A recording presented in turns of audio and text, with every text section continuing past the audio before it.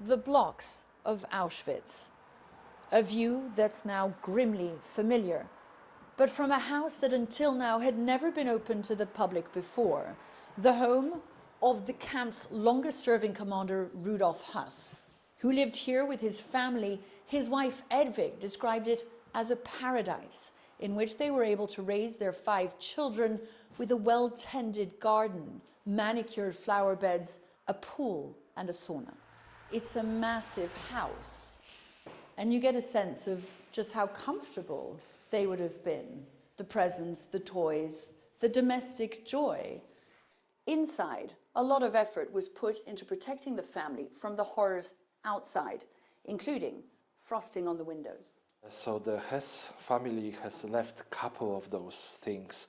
One of the most important things that we have found are those trousers that belong to the prisoner, probably a person that died here in this place. You can see a red triangle, which means it was a Jewish political prisoner. But next to this, you can also see this wire that was probably actually a way to be able to wear it for a person that was starving here.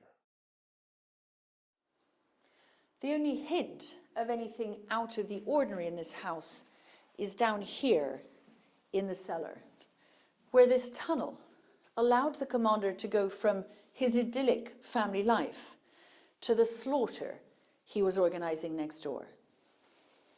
Just a couple of hundred yards from the house, inside the camp, what Rudolf Höss did was refine the techniques of mass killing. He'd felt they were too inefficient at Treblinka, so he took the gas chambers and scaled them up here to an industrial level.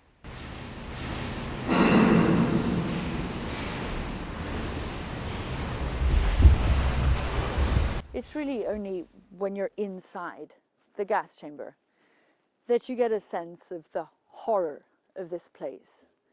More than 1 million people were killed here, but 900,000 of them died on the very first day that they arrived.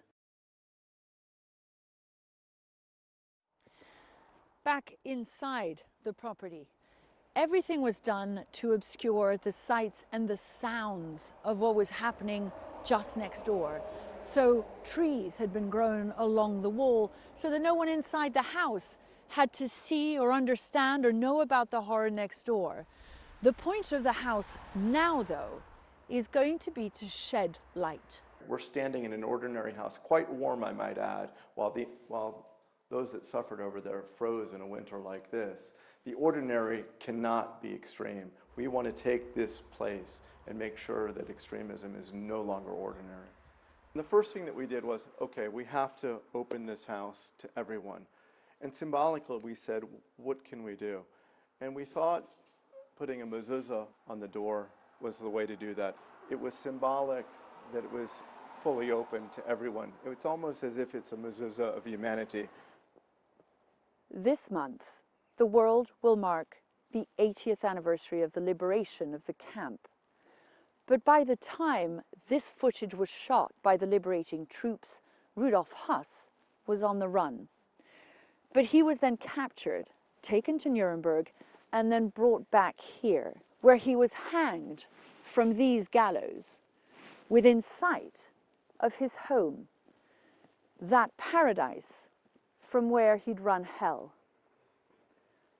Melissa Bell, CNN, Auschwitz-Birkenau.